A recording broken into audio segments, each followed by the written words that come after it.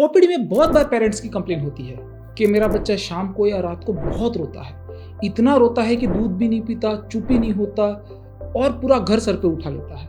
ये बहुत common problem है, इसको कोलिकी पेन बोलते हैं। मैं हूं आपका डॉक्टर फ्रेंड डॉक्टर निमेश, मैं एक पीडियाट्रिशियन हूं और आज हम जानेंगे कि कोलिकी पेन क्या होता है, किन बच्चों को होता है, कौन सी उम्र पे होता है, क्यों होता है और क्या करके आप कोलिकी पेन के एपिसोड्स को कम कर सकते हो।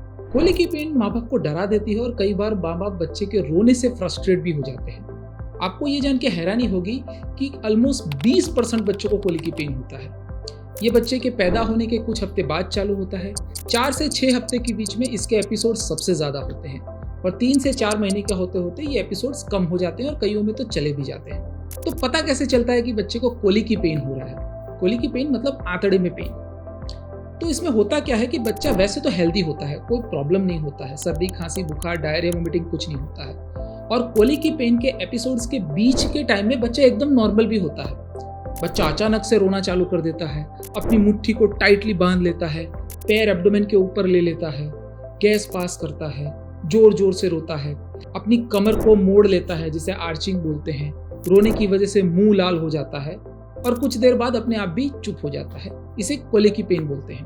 अब ये जानते हैं कि ये होता क्या है। साइंटिस्ट इसका रीजन एग्जैक्टली जान ही नहीं पाए, लेकिन बहुत सारे कंट्रीब्यूटिंग फैक्टर्स होते हैं। तो सबसे पहला होता है स्वॉलो एयर।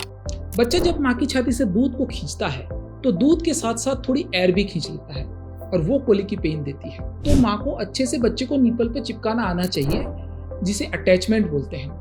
अटैचमेंट कैसे करते हैं उसका एक्सप्लेनेशन के वीडियो की मैं लिंक डिस्क्रिप्शन में डाल दूंगा।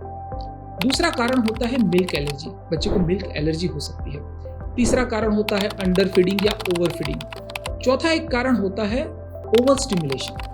बच्चा जिस रूम में है अगर उसमें बहुत ज़्यादा लाइट है, बहुत ज़्यादा आवाज़ हो रही है, लोग बहुत बातें कर रहे हैं, बहुत ज़ोर से म्यूजिक चल रहा है, टीवी चल रहा है, तो जो ये ओवर स्टिमुलेशन है वो भी कोलिकी पेन कर सकता है।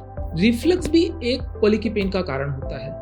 बच्चे की जो अन्न नली होती है और जठर होता है उसके बीच में एक वाल होता है जिसे लोअर इसोफेजियल स्फिंक्टर बोलते हैं। वो लूज होता है तो दूध ऊपर आता रहता है, जिसे रिफ्लक्स बोलते हैं और उसकी वजह से भी कोलिकी पेन हो सकता है।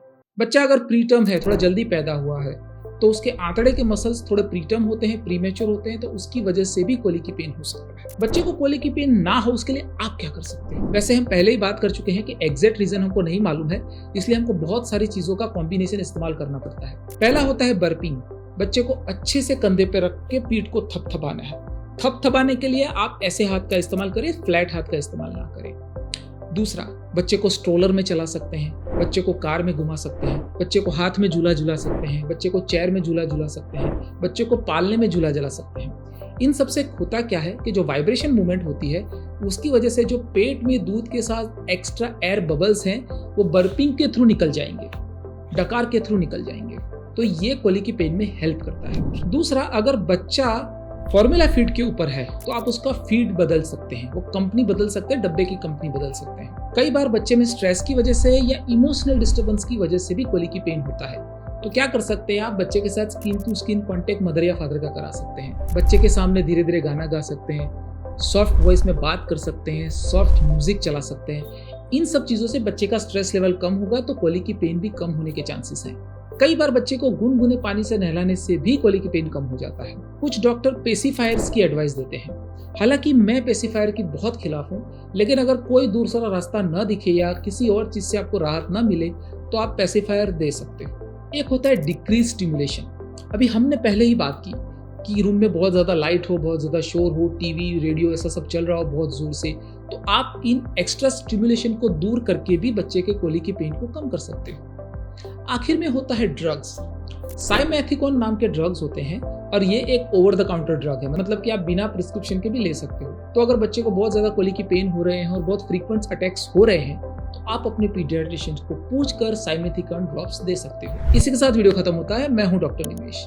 न्यूबॉर्न में बहुत सारे कंप्लेन्स होती हैं, बहुत सारे सवाल होते हैं। न्यूबॉर्न के ऊपर मैंने बहुत सारे वीडियो बनाए हैं और उसका एक मैंने बहुत अच्छा प्लेलिस्ट भी बनाया है। तो न्यूबॉर्न की कंप्लेन्स और उसके इलाज के बारे में अगर आप जानना चाहते हो तो इस वीडियो को देखने के बाद ये वीडियो जरूर देखना और हाँ, बेल आइकन जरूर दबा दें ताकि आप कोई वीडियो मिस ना करें।